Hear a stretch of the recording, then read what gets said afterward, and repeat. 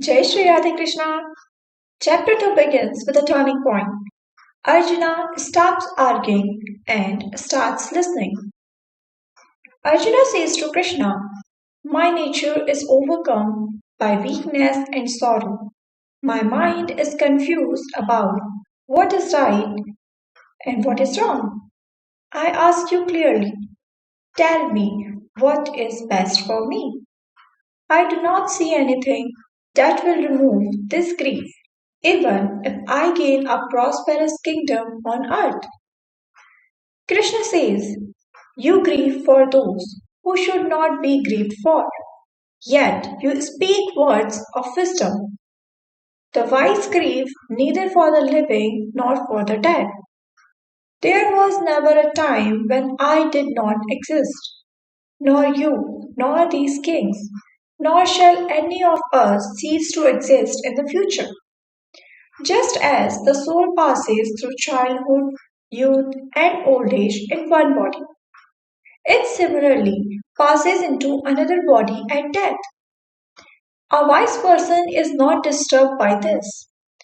Contact with the senses brings heat and cold, pleasure and pain. They come and go and are temporary. Endure them without disturbance. The person who is not affected by these, who remains steady in pleasure and pain, is fit for immortality." Krishna says the soul cannot be cut, burned, wetted, or dried. It is eternal, all pervading, stable, and unchanging. Weapons do not cut the soul. Fire does not burn it. Water does not wet it, and wind does not dry it. The soul is unborn, eternal, ever existing, and ancient. It is not destroyed when the body is destroyed. Krishna says, if you think the soul is born and dies repeatedly, still you should not grieve. For one who is born, death is certain, and for one who dies, birth is certain. Therefore, you should not lament over the inevitable. Considering your duty as a warrior, you should not hesitate. For a warrior, there is no higher duty than a righteous war. If you do not fight this rightful war, you will abandon your duty and honor and incur sin. People will speak of your dishonor forever. For one who has been honored, dishonor is worse than death. Krishna says, if you are killed, you attain heaven. If you win, you enjoy the earth. Therefore, arise with determination and fight. Treat pleasure and pain, gain and loss, victory and defeat as the same, and engage in battle.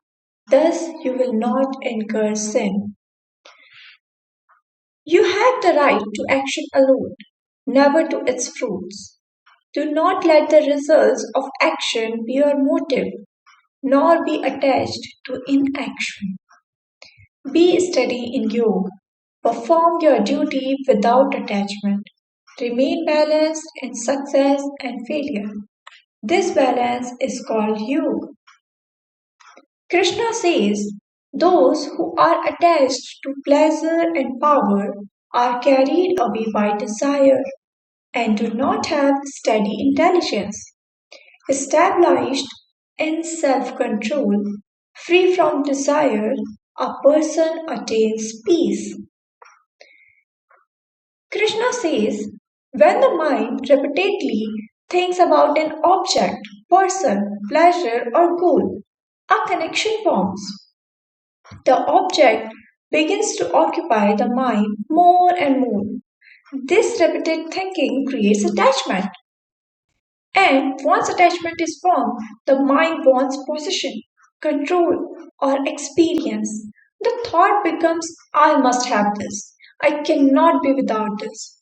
This wanting is called desire.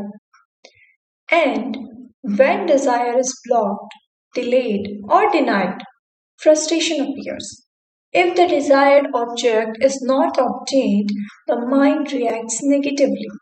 This reaction is anger, and anger disturbs clarity. The person can no longer see situations correctly.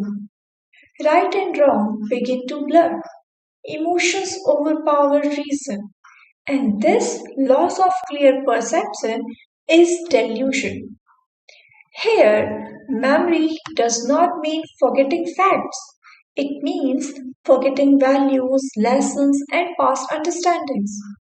The person forgets what is right, what is wrong, what consequences action brings. And from confused memory, loss of intelligence. Intelligence is the ability to make correct decisions.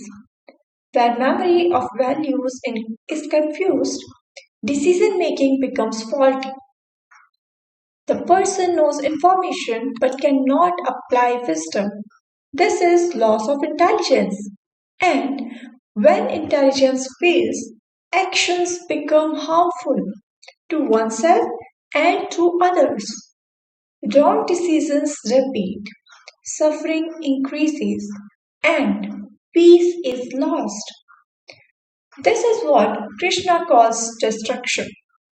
Not physical death, but collapse of judgment, peace, and direction in life.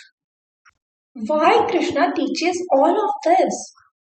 Krishna is not warning against the world. He is teaching how the mind works.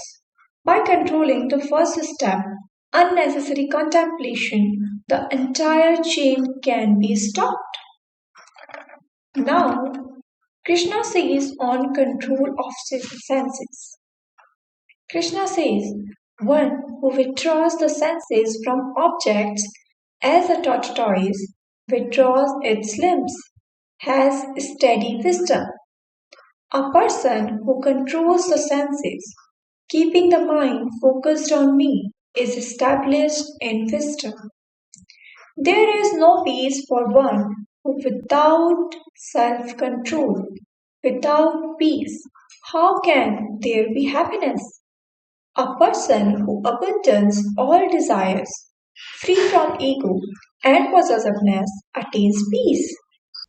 This is the state of one established in wisdom. Being situated in this, one is not deluded. Attaining this state, even at the time of death, one attains liberation. Thus ends the second chapter of the Bhagavad Gita, where Krishna begins his teaching and reveals the path of knowledge and action. Let us end with a verse from chapter 2 of the Bhagavad Gita. Karmanye Vadhikaraste ma phaleshu kadachana ma karma phala hetu bhurma te sanghosvata karmani. Krishna says you have the right to perform your actions, but you do not have the right to the results. Do not let the results be your motivation, and do not become attached to inaction or fear. Always focus on your work, not on the results. This is Krishna's advice for a strong and fearless mind. So, the Gita reminds us peace comes not from escaping life, but from understanding it.